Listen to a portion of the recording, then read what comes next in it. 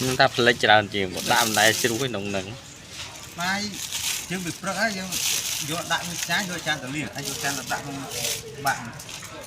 đã vô mũ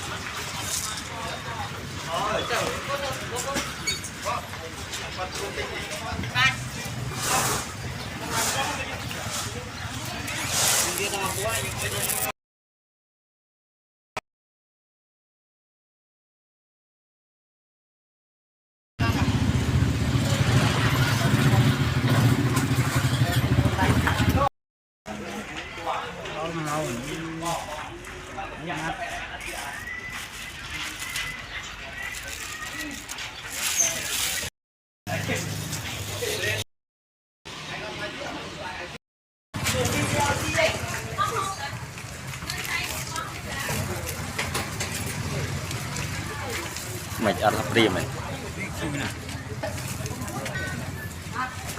khơi nhà nông thằng